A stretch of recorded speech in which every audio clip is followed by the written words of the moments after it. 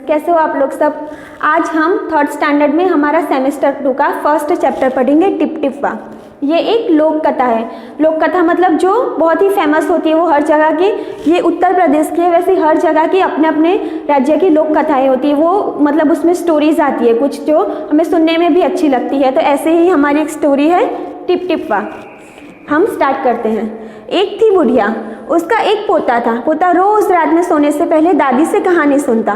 दादी रोज उसे तरह तरह की कहानियां सुनाती। तो एक बुढ़िया थी और उसका एक पोता था। पोता मतलब जैसे हमारी दादी होती है, दादा होते हैं, तो हम उनके पोता पोती हुए, जो हमारे फादर के मम्मी या पापा होते हैं उसे दादा या दादी बोलते हैं। तो वैसे ही एक बुढ़िया थी, उसका भी एक पोता था। तो जैसे कुछ लोग होते हैं, आप लोगों को भी ऐसी आदत होगी ना कि रोज रात में आप लोग कहानी सुनो तब भी आपको नींद आती है। वैसे ये भी छोटा सा था, तो उसको भी ऐसी हैबिट थी कि वो रोज रात को अपनी दादी से कहानी सुनता, तभी उसे नींद आती थी। तो वो रोज रात को अपनी दादी के पास कहानी सुन के ही सोता था। एक दिन मुसलधार बारिश हुई। मुसलधार मतलब बहुत ही तेज बारिश हुई उस गाँव में। ऐसी बारिश पहले कभी नहीं हुई थी। सारा गांव बारिश से परेशान था। बुढ़िया की झोपड़ी में पानी जगह जगह से टपक रहा था, टिप टिप टिप टिप। तो ऐसी बारिश पहले कभी नहीं हुई थी उस गांव में, और उस दिन इतनी तेज बारिश हुई कि उसकी वजह से झोपड़ी होती है, जो हम लोग तो अच्छे मकान में रहते हैं और हमारा घर तो अच्छा होता है, तो हमें इस बात का पता नहीं चलता। लेकिन गांव में जो कुछ गरीब लोग होते हैं, तो वो लोग अपनी झोपड़ी बनाकर रहते हैं। वो झोपड़ी कच्ची होती है, मतलब ऊपर उन लोगों का जो हमारे जैसे सीमेंट का होता है, वैसे उन लोगों को झोपड़ी पतरे की ऐसी होती है। तो वो लोग उसमें रहते हैं, तो वहाँ से पानी घर में पड़ता है, तो वो लोगों को बहुत ही प्रॉब्लम होती है। तो उस टाइम बहुत तेज बारिश हुई थी, तो वो जो मतलब बुढ़िया थी, उसके घर में भी बहुत तेज बारिश की वजह से पानी गिर रहा था। इस बात से बेखबर पोता दादी की गोद में लेटा कहानी सुनने के लिए मचल रहा था। तो जो उसका पोता था उसे तो पता नहीं था, वो तो छोटा सा था कि इतनी तेज बारिश की वजह से घर में भी पानी गिर रहा है। तो वो कहानी सुनने के लिए वो अपनी दादी को बार बार बोल रहा था कि मुझे कहानी सुनाओ, कहानी सुनाओ। बुढ़िया खींच कर बोली, अरे बचवा का कहानी सुनाए, ये टिप टिप्पा जान बचे तब ना। तो जो बुढ़िया थी वो खींचकर मतलब एकदम गुस्से से बोली, क्योंकि ये इतनी बारिश हो रही है और अपने घर में इतना पानी गिर रहा है, तो मैं कैसे तुम्हें स्टोरी सुनाऊं। तो ये जो अरे बचवा का, ये वहाँ की उत्तर प्रदेश की ऐसे ही लैंग्वेज होती है। जैसे हम लोग यहाँ पे गुजराती या हिंदी में बात करते हैं, वैसे वहाँ के लोग ऐसी लैंग्वेज में ही बात करते हैं। तो वो उनकी ऐसी लैंग्वेज है। ये टिप टिप्पा से जान बचे तब ना। टिप टिप्पा मतलब जो उनके घर में टिप टिप पानी गिर रहा था बारिश की वजह से, तो वो ऐसे में तो सो भी नहीं सकते। तो वो बुढ़िया बहुत परेशान थी और वो बच्चा कहानी सुनने के लिए जिद कर रहा था। तो दादी ने उससे बोला कि मैं ऐसे में कहानी कैसे सुनाऊँ, ये टिप टिप पानी अपने घर में गिरता ही जा रहा है, तो ये इससे जान छूटे तब ना, ये परेशानी कम हो तो मैं तुम्हें कहानी सुनाऊँ ना। पोता उठकर बैठ गया। उसने पूछा, दादी ये टिप टिप्पा कौन है। तो जो पोता था वो उठकर बैठ गया और उसने दादी से पूछा कि दादी ये टिप टिप्पा कौन है। मतलब उसे ऐसा लगा कि ये कोई जानवर है या ऐसा कुछ है। उसे तो पता नहीं था कि टिप टिप्पा का मतलब क्या होता है। तो उसने दादी से पूछा कि ये टिप टिप्पा होता क्या है आखिर। दादी ये टिप टिप्पा कौन है, टिप टिप्पा क्या शेर बाघ से भी बड़ा होता है। तो उसे लगा कि वो तो छोटा सा था, उसे कुछ पता नहीं था कि ये टिप टिप्पा का मतलब क्या होता है। बाहर इतनी तेज बारिश हो रही है, तो उसने अपने दादी से पूछा कि क्या ये शेर और बाघ से भी बड़ा होता है। मतलब वो उससे लगा कि ये कोई जानवर होगा, तो वो मतलब अपनी दादी से सवाल करने लगा। जैसे हम लोगों को कोई चीज़ का मालूम नहीं होता, तो हम जो हमारे घर में बड़े होते हैं उनसे बार बार पूछते रहते हैं कि इसका मतलब क्या होता है, इसका मतलब क्या होता है। वैसे ही दादी थी, उसे अपना पोता बार बार पूछ रहा था कि ये टिप टिप्पा आखिर होता क्या है, कि ये कोई जानवर है, ये मतलब सबसे खतरनाक तो शेर या बाघ ही होता है, कि उससे भी खतरनाक होता है ये। दादी छत से टपकते हुए पानी की तरफ देखकर बोली, हाँ बचवा, न शेर का डर न बघवा का डर। मतलब दादी ने कहा कि ना शेर से डर लगता है ना बाघ से डर लगता है, न डर तो डर टिप टिप्पा का डर। मतलब दादी ने बोला कि शेर या बाघ से डर नहीं लगता, लेकिन ये टिप टिप्पा का डर है। मतलब जो उतने तेज, मतलब अगर शेर या बाघ हो तो वो हमारे घर में या हमारे आसपास हो, तो हम लोगों को पता है कि हम इससे बचने के लिए कहीं जाकर छिप जाएंगे तो उन्हें पता नहीं चलेगा। लेकिन वो उन लोगों के पास तो बेचारों के पास इतना छोटी सी झोपड़ी ही थी और बाहर भी इतनी तेज बारिश हो रही थी, तो वो लोग कहाँ जाते। अगर हमारे घर मतलब बाहर बारिश हो रही हो तो हमारे पास तो अच्छे अच्छे घर होते हैं तो हम घर में मतलब बैठ सकते हैं और हम लोगों को बारिश से बचा सकते हैं, लेकिन उनकी तो झोपड़ी में ही बारिश हो रही थी, तो फिर वो बाहर कैसे जाते। तो उसने कहा कि दादी ने पोते से कहा कि नहीं, बाघ और शेर से भी ये तो डेंजर होता है, मतलब टिप टिपा, तो इतना पानी घर में गिर रहा है तो हम लोग अब सोएंगे ही कैसे। दादी ने वो सोचा।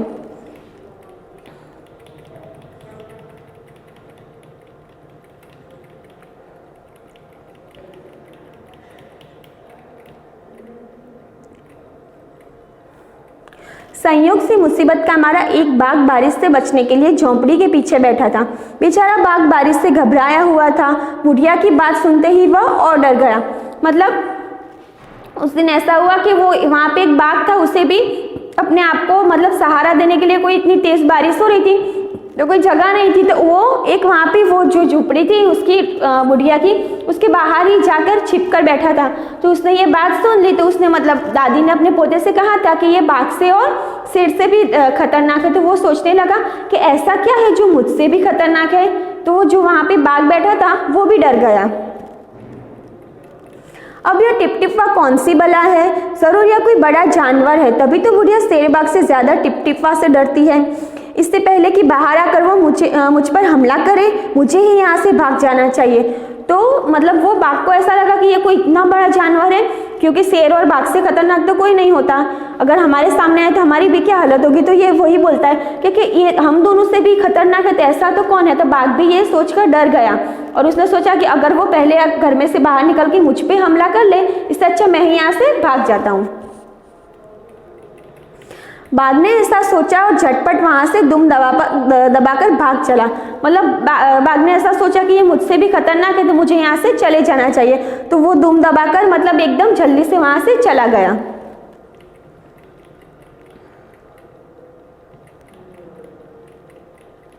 उसी गांव में एक धोबी रहता था।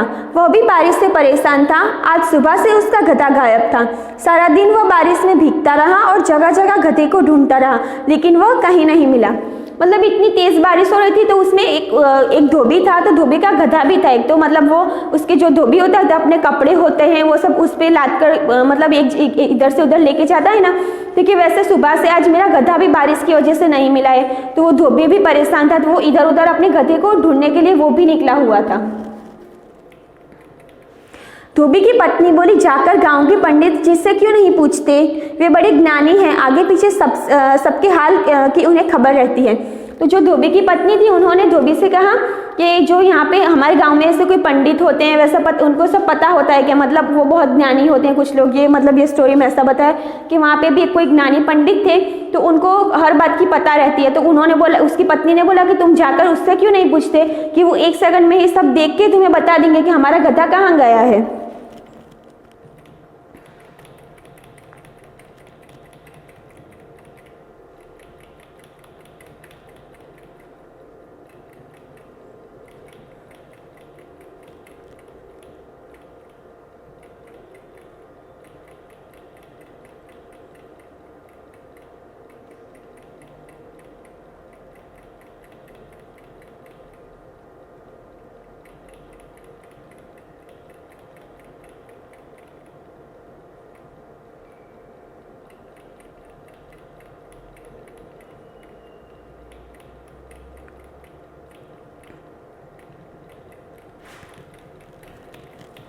पत्नी की बात धोबी को जज गई मतलब वो धोबी था, वो अपनी पत्नी की बात से एग्री हुआ।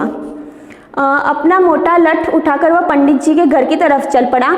उसने देखा कि पंडित जी के घर में जमा बारिश का पानी उलीच कर फेंक रहे थे। तो वो धोबी था, वो अपनी पत्नी की बात से एग्री हुआ और वो जो पंडित जी थे उनके घर गया।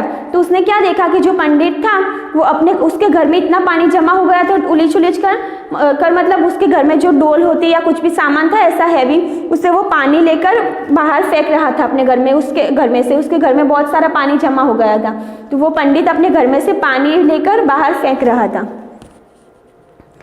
धोबी ने बेसब्री से पूछा, महाराज मेरा गधा सुबह से नहीं मिल रहा है, जरा पोथी बांच कर बताइए तो वो कहाँ है।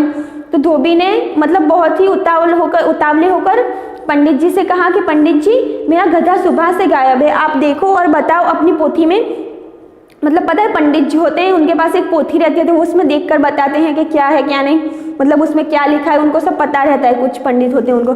तो उसने बोला कि पंडित आप वो पोथी में देखकर बताओ कि मेरा गधा सुबह से कहाँ गया है, वो दिख नहीं रहा है, गाँव में भी नहीं है, घर में भी नहीं है, तो कहाँ चला गया है, ज़रा आप देखकर मुझे बताओ। तो पंडित ने बोला सुबह से पानी उलीचते उलीचते पंडित जी थक गए थे।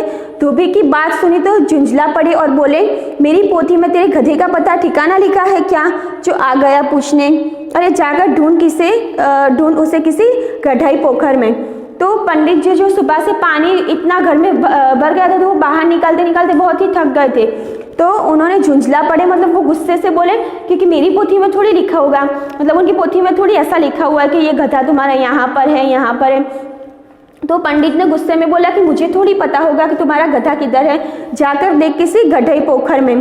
गड्ढई पोखर मतलब वो किसी बारिश की वजह से कोई छोटा सा तालाब या ऐसा पानी का गड्ढा हो गया होगा, तो उसमें वो जाकर बैठ गया होगा और फिर वहाँ से आया ही नहीं होगा वापस। तो तू जाकर वहाँ पर देख। मतलब गांव में वहाँ पे जगह जगह पे ऐसे बारिश की वजह से गड्ढे हो जाते हैं, तो उसमें कई जानवर गिर जाते हैं, उनको दिखता नहीं है कि रात में कि इतना पानी होगा और यहाँ पे गड्ढा है, तो वो चलते हैं तो उसमें गिर के पड़ जाते हैं। तो पंडित ने वही बोला कि तू जाकर वहाँ पर देख के किसी वो गड्ढे में या कुएं में ना गिर गया हो। और पंडित जी लगे फिर पानी उलझने, तो भी वहाँ से चल दिया। चलते चलते वह एक तालाब के पास पहुँचा। तालाब के किनारे ऊंची ऊंची घास उग रही थी। धोबी घास में गधे को ढूंढने लगा। किस्मत का हमारा बेचारा बाघ टिपटिपवा के डर से वहीं घास में छुपा बैठा था। तो जो पंडित की बात मानकर धोबी वहाँ से चला गया, तो आगे जाकर देखा तो वहाँ पे बहुत सारी घास उगी हुई थी। तो वहाँ पे वो घास में ही जो बाघ था उसे लगता था कि टिपटिपवा आ जाएगा, इसलिए वो भी डर के वहाँ पे ही छुप के बैठा हुआ था। तो फिर उसे वो धोबी को ऐसा लगता है कि वो उसका गधा ही है, तो गधे को मतलब बाघ को गधा समझ लेता है। लेकिन वहाँ पे वो छुप के टिपटिपवा के डर से बाघ छुप के बैठा हुआ था। धोबी को लगा कि बाघ ही उसका गधा है। उसने आव देखा न था और लगा बाघ पर मोटा लठ बरसाने। बेचारा बाघ इस अचानक हमले से एकदम घबरा गया। मतलब वो उसको लगा कि ये उसका गधा ही है, धोबी को लगा। तो धोबी ने वहाँ से मतलब उसको बाघ को लठ से मतलब मारा बहुत वहाँ पे, क्योंकि यहाँ पे आके बैठ गया है। और मतलब वो बाघ भी मतलब वो सोच रहा था कि ये अचानक से कौन आ गया और मुझे इतना मारने लगा। वो कुछ बोल भी नहीं सका घबरा कर।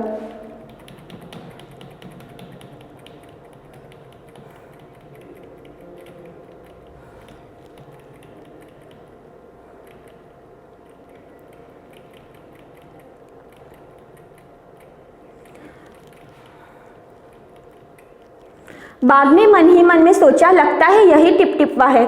आखिर इसने मुझे ढूंढ ही लिया, अब अपनी जान बचानी है तो ये जो कहे चुपचाप करते जाओ।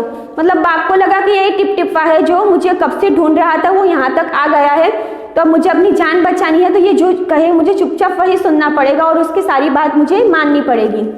मतलब बाघ को ऐसा लगा कि जो वो दादी टिपटिपवा की बात कर रही थी कि ये वही टिपटिपवा है। और जो धोबी था उसे लगा कि ये उसका गधा है, लेकिन ना तो ये टिपटिपवा था और ना ही ये गधा था। आज तूने बहुत परेशान किया है, मार मार कर मैं तेरा ऐसा कचुम्बर निकाल लूंगा। ऐसा कहकर धोबी ने बाघ का कान पकड़ा और उसे खींचते हुए घर की तरफ चल दिया। बाघ बिना चू चपड़ किए भीगी बिल्ली बना धोबी के पीछे पीछे चल दिया। घर पहुंचकर धोबी ने बाघ को खूंटे से बांध दिया और सो गया। तो धोबी ने आव देखा ना था, मतलब आसपास कुछ देखा ही नहीं कि गधा है या बाघ है। और उसने बाघ को कहा कि आज तूने मुझे बहुत परेशान किया है, अब घर चल कि मैं तुझे ना तो खूंटी से बांध दूंगा। और वो मतलब धोबी ने ऐसा ही किया, बाघ को खूंटी से बांध दिया और फिर वो अंदर जाकर सो गया। लेकिन उसे तो पता ही नहीं था कि ये बाघ को गधा समझ कर ले आया और यहाँ पे बांध दिया है। सुबह जब गांव वालों ने धोबी के घर के बाहर खूंटे से एक बाघ को बंधे देखा तो उनकी आंखें खुली की खुली रह गई। तो धोबी तो वहाँ पे अंदर जाके सो गया था, लेकिन जब उसने सुबह में उसके घर के आसपास वाले जो लोग थे उन्होंने देखा कि ये बाघ को लाकर उसने हमारे घर के बाहर बांध दिया है, तो वो लोग सब बहुत ही मतलब वो लोगों की आंखें खुली की खुली रह गई। मतलब वो लोग सब चौंक गए कि ये बाघ को इसने घर के बाहर लाकर खड़ा कर दिया है। मतलब धोबी को लगा ये उसका गधा है, तो इस तरह से उसने बाहर लाकर उसको एक बाघ को बांध दिया था। तो सब आसपास के लोग उससे देखकर बहुत ही परेशान हो गए थे। और ये कहानी गिरिजा रानी अस्थाना ने लिखी है। Thank you.